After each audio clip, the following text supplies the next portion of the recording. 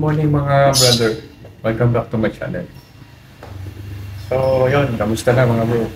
Ingat. Medyo maulan ngayon. So, dahil maulan ngayon, ibabalik natin yung ating wood card. So, yun mga bro. Yung wood card natin, merong difference. Nabili ko sa online, bali hindi siya match sa ating MK. Actually, itong kulay nito is piniturahan ko na. So, ito yung nabibili na budget meal na wood card.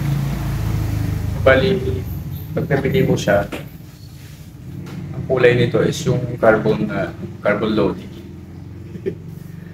Tapos, ito siya. So, universal daw kasi nakalagay. So, yun, nagkamali tayo sa pagpili. Kaya,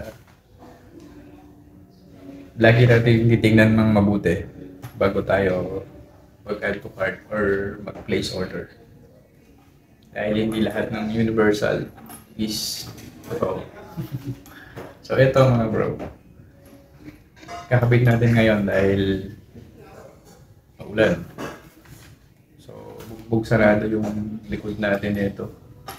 So ito, ginawan ko na siya ng paraan. So makikita nyo ito, dapat ito is nandito. So kasi siya bitin, and then ito hindi makapasok mga bro.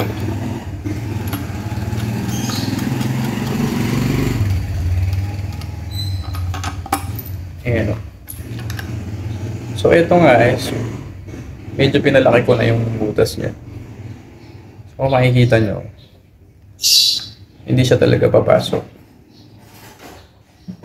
Dapat ito is nandito. So diretsong ganun yung tabas niya.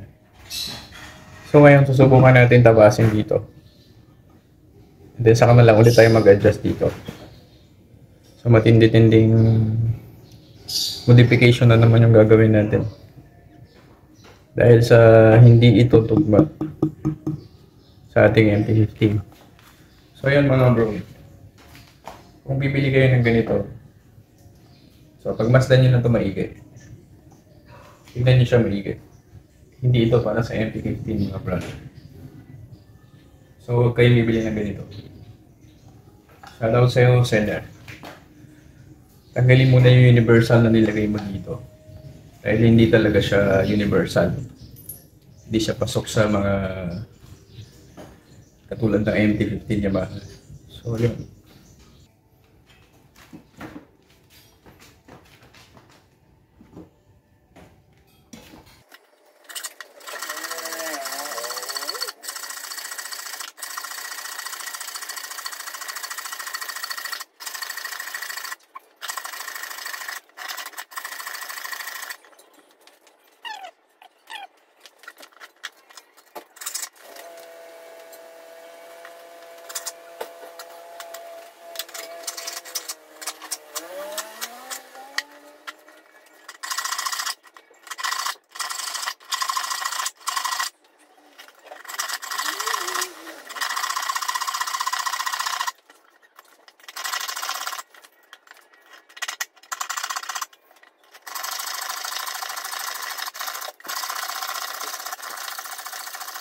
So ito na siya mga bro. Hindi pantay yung pagkatabas ko. So tatanggalin lang natin to. Tanggalin ko muna siya doon sa labas. So ito na mga bro. Natabas ko na siya. So yung titignan natin kung papasok na siya. So yan mga bro. Pumasok na siya. So yan, kakabit muna natin to. Saka natin discard yan, nagawa ulit tayo ng isang ganito. So yun. Let's go.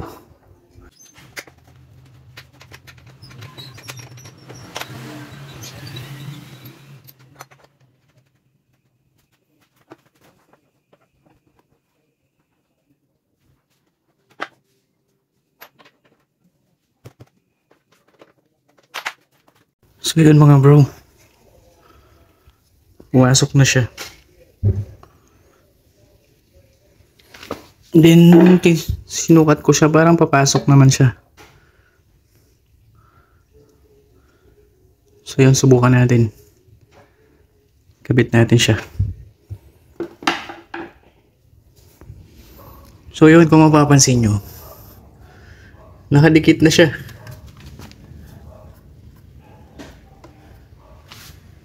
Kailangan natin siya i-adjust ng konti.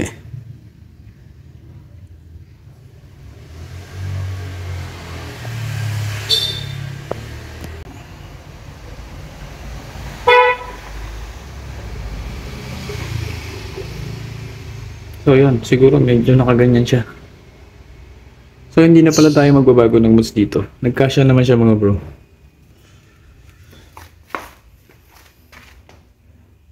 Yun nga lang, hindi siya pantay. Hindi siya pantay mga bro. So medyo ihilis lang natin to. I-push lang natin ng pag ganun.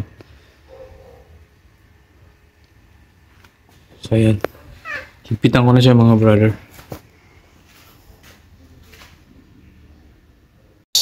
So ayan mga bro. Na-fix din natin siya.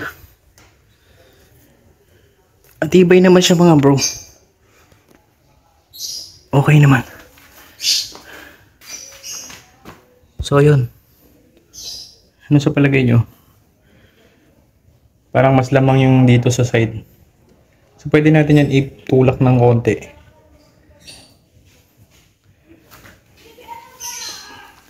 Ito, dito natin siya itutulak. Tulak mo siya tapos hatak dito ng konti. Parang ito ipupush mo. Tapos kabit mo siya ganun. Yan. Tapos tutulak mo siya. Yan. Yan. Yan. So yun mga brother. Nagawan din natin ng paraan. So may clearance pa siya. Hindi kasya isang daliri, ay dalawang daliri. Isang daliri na lang kasya. Oh. So yan, pwede pa naman. Mga bro. So yun, tag-ulan na eh.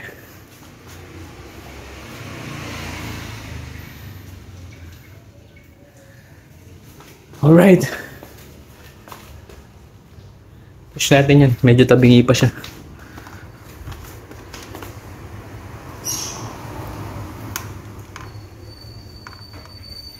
Yan. Okay mga bro. So yun, medyo madugo. Masakit sa kamay. So ingat lang paglalagarin nyo ng... Pero para sa akin, para hindi nyo nadalasin to, huwag nyo order yung gano'n. So siguraduhin nyo na yung makukuha ninyo is talagang papasok. Para hindi na kayo gumawa ng magtatabas pa. So itong sa atin kasi, nanginayang naman ako mga bro. Kaysa bumili ulit tayo, pwede naman natin gawa ng solusyon. So yun, nagawa natin ang solusyon. So yun, thank you for watching mga brother. Sana nakakuha kayo ng kahit pa paano diskarte. So, ingat lagi. Ride safe mga bro. Thank you for watching. And salamat sa mga sumusuporta ng channel natin. Sana huwag kayong magsawang sumuporta at manood. So yeah, thank you mga brother. Ride safe and God bless.